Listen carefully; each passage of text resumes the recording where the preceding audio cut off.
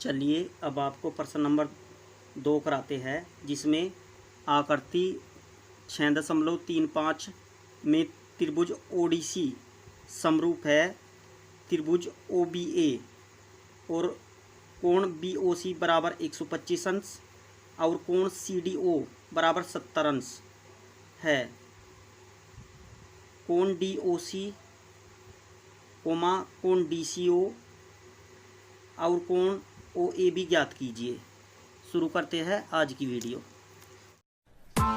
Press the bell icon on the YouTube app and never miss another update.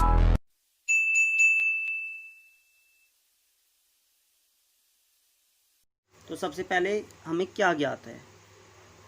ज्ञात है हमें जो ज्ञात है कि जो कोण बीओसी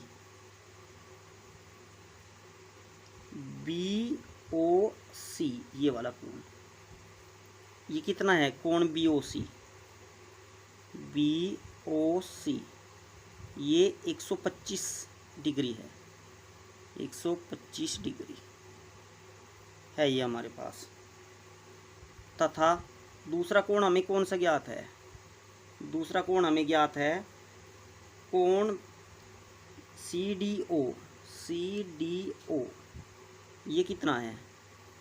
सीडीओ ये है हमारे पास 70 डिग्री। और हमें तीसरी बात क्या ज्ञात है? और हमें यह भी ज्ञात है कि जो त्रिभुज ओडीसी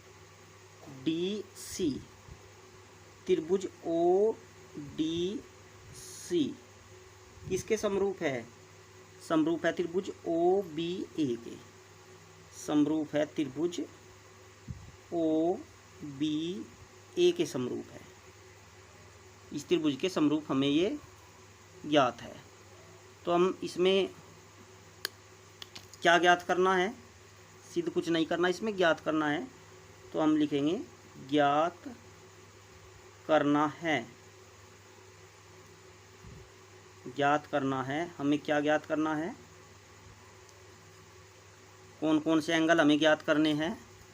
हमें ज्ञात करने हैं angle DOC comma angle DCO और एंगल ओएबी। ये हमें 3 एंगल ज्ञात करने हैं। तो इसके लिए हम क्या करेंगे? उत्पत्ति की आवश्यकता नहीं है, आगे से सोल्व करेंगे। सीधे उत्पत्ति सिद्ध करने में करते हैं। हमें पता है कि अगर कोई सरल रेखा होती है, ऐसे कोई सरल रेखा, तो वो 180 डिग्री का एंगल बनाती है। ये पूरा 180 का होगा। अगर इसमें से ये हमारे पास कोई भी दोनों हो जाए या 3 हो जाए, जोड़कर आएगा 180। तो यहाँ बात की जाए, यह एक सरल रेखा है। DOB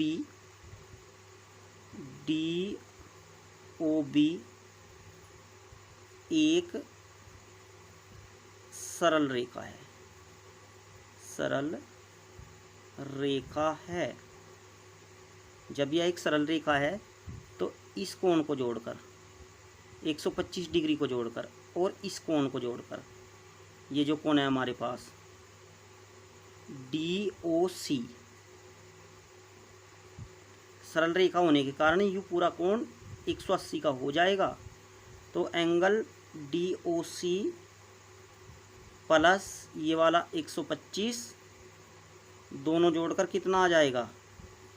ये आ जाएगा हमारे पास 180। एक सरल रेखा का कोण हो गया ये पूरा कोण, इस वाले को जोड़कर। अब हम क्या करेंगे? 125 को उधर ले जाएंगे। तो जो कोण DOC हमारे पास आ जाएगा, DOC बराबर 180 माइनस 125। तो अगर इसमें से घटाए, अगर हम घटाए 180 में से 125 तो ये आ जाएगा हमारे पास 10 में से 5 जाने पर 5, और यहाँ 7 रह गई, 7 में से 2 जाने पर 5, और 1 में से 1 जाने पर 0, 55 डिग्री।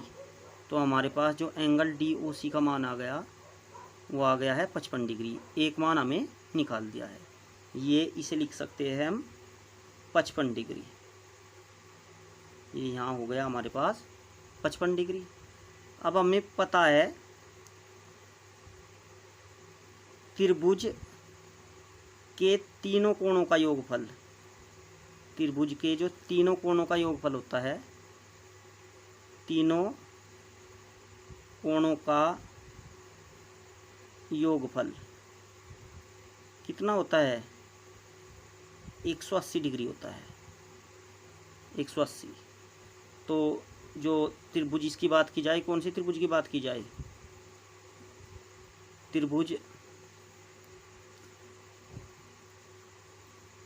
त्रिभुज ODC की बात की जाए, ये 55 हो गया, ये 70 हो गया। तो जो एंगल हमें निकालना है DCO, एंगल DCO जो आ जाएगा हमारे पास, DCO वो आ जाएगा,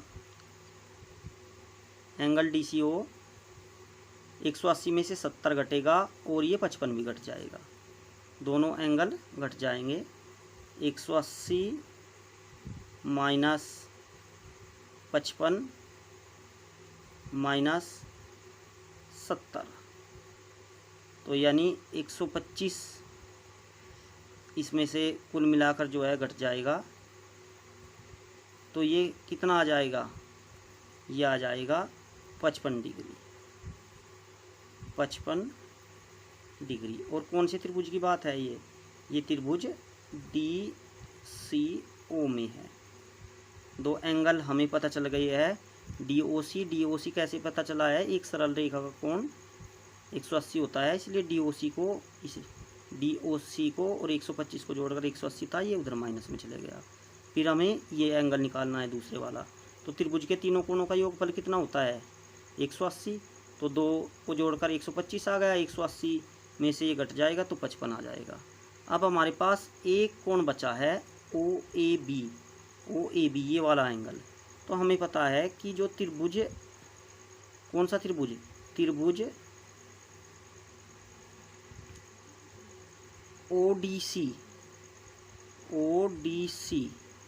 किसके समरूप है?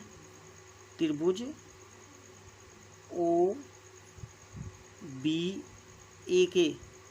OBA के समरूप है, ये हमें ज्ञात है।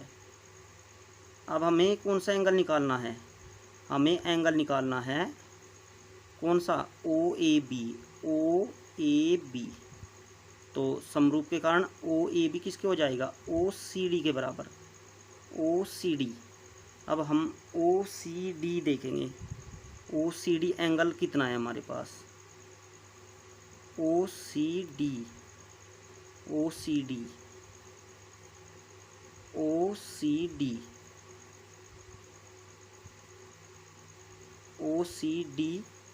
या DCO, ये OCD भी पढ़ सकते हैं इसे, या DCO भी पढ़ सकते हैं। तो ये हमने निकाला है 55 डिग्री। 55 डिग्री क्यों आया है? क्योंकि ये एंगल OCD के बराबर है, इसलिए हमने तीनों एंगल निकाल दिए है। तीनों ही 55 डिग्री आए हैं, ये भी 55, ये भी 55।